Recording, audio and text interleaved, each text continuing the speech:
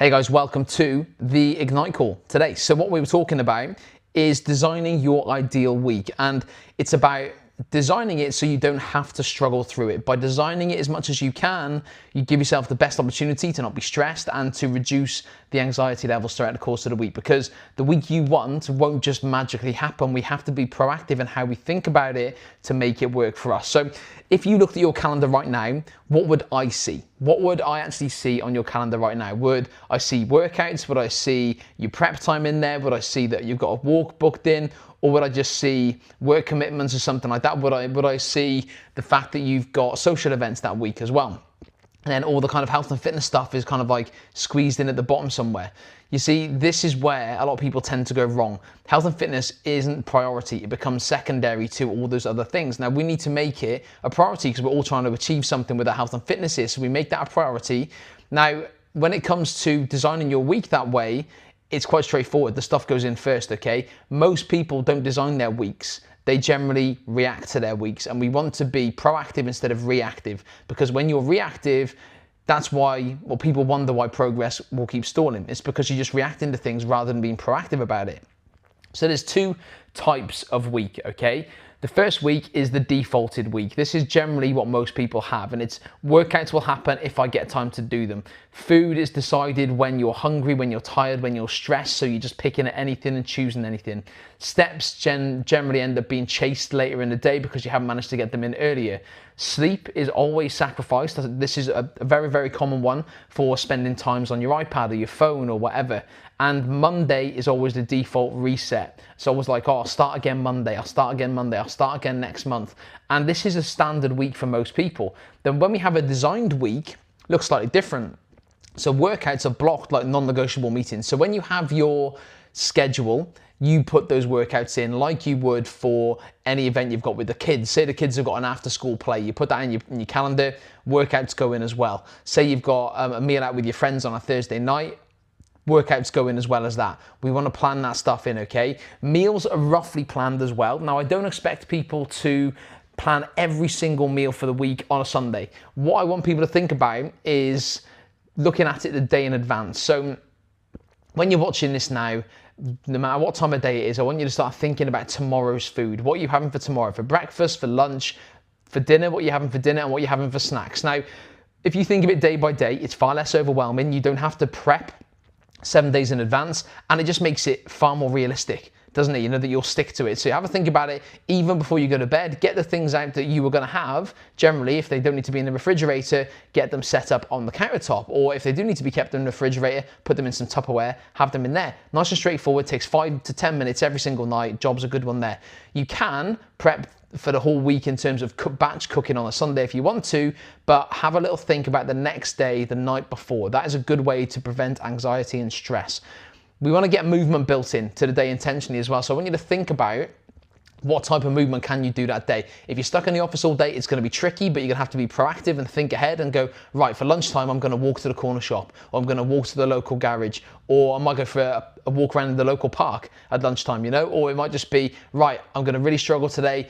I've got to do a supermarket shop. So when I do that, I'll park further away from the entrance. So I'm getting a few more steps in, just thinking proactively like that. Okay. Bedtime needs to be treated with respect, with it like a health decision, because if we get better sleep, we make better choices the next day. It's quite straightforward. That's how it happens. So bedtime needs to be really, really kind of religious in what you're doing in terms of the time you go. So I want you to try and have the same bedtime every single night. It just helps with your circadian rhythm. You'll get a sounder night's sleep. You'll make better choices the next day. You'll suppress those hunger hormones called ghrelin that are always wanting food. And you'll increase your hormone called leptin, which means your appetite will be suppressed. And then we have Monday, the Monday thing. So when we plan our week, we know what Monday's looking like. We're not leaving it to chance. We're like, right, Monday is planned. I've got a workout there. I know what I'm having for my food. Excellent. On Monday evening, I'm going to plan my food for Tuesday, but I already know when my workout's going to be. It's going to be in the PM because I can't go in the morning because I've got to take the kids to school. Something like this. Basically, guys, I'm saying have a week planned out, scheduled out beforehand so you know exactly what's going on. It just reduces anxiety, reduces stress. Now, the difference isn't talent, you know, it isn't willpower. And it isn't free time. It just takes 1 hour of your week really on the Sunday evening just to get the week roughly mapped out. And then it'll take 5 to 10 minutes on any given night thinking about your food for the next day. What gets scheduled gets done. Probably won't even take an hour on a Sunday, to be honest. Half an hour, you'll be in a good place. What gets scheduled gets done. What doesn't get scheduled gets skipped. And we all know this because we've been there and done it. I've done it myself, okay?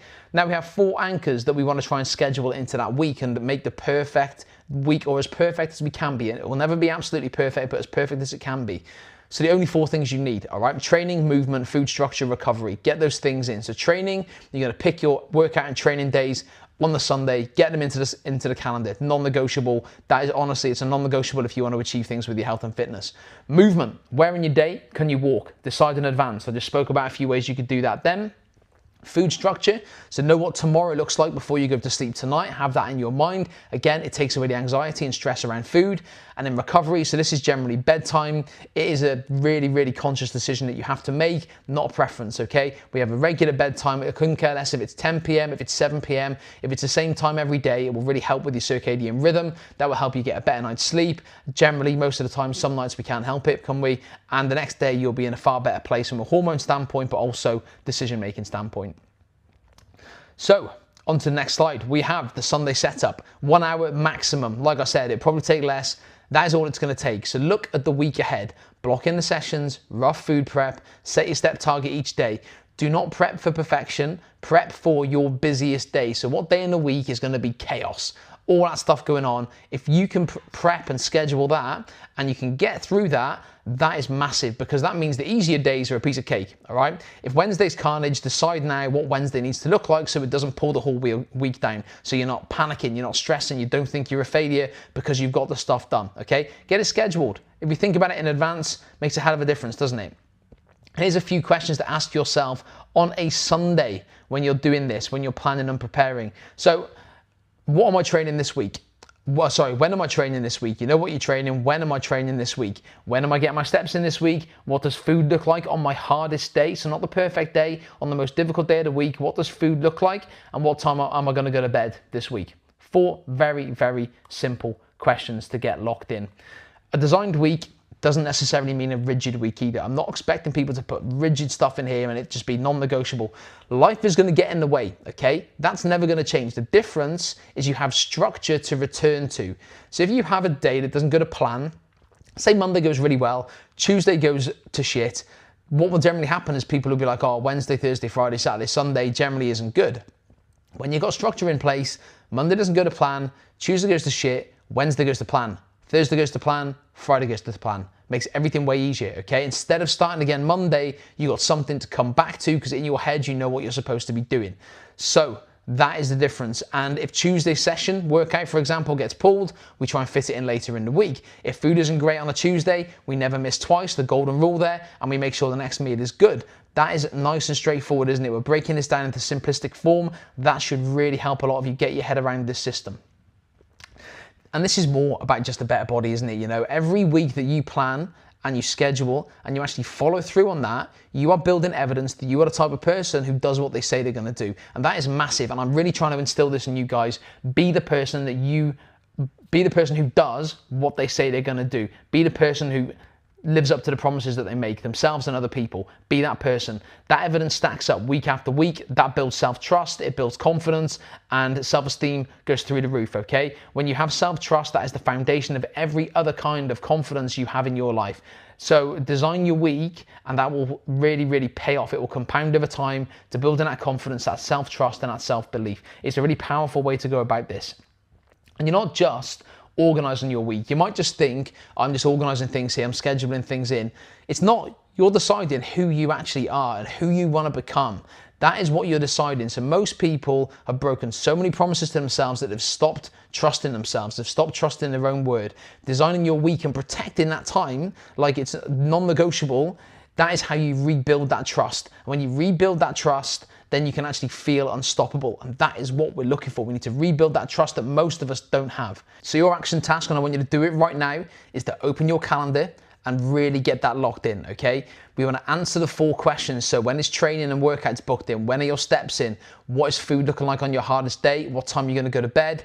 block the sessions in, name them, give them a time, make them real, okay? We need to do this. Later is where good intentions go to wilt and die. Do it now while the momentum is here. So right now, have a look at your schedule for tomorrow and think about, right, have I got my workouts in for the rest of the week? Have I got my training, my steps, my food on the difficult days all planned? What time am I going to bed? Get it all blocked in right now, and that will be awesome. And then your next steps here, so screenshot your calendar. You can either share it with me, post it in the group, whatever you want to do, have a screenshot of it. You can even screenshot it and put it on your phone, okay? Something like that, just have it so you've got it locked in. Sunday evening, take 20 minutes, okay, just to plan your next week the same way. Make it your ritual.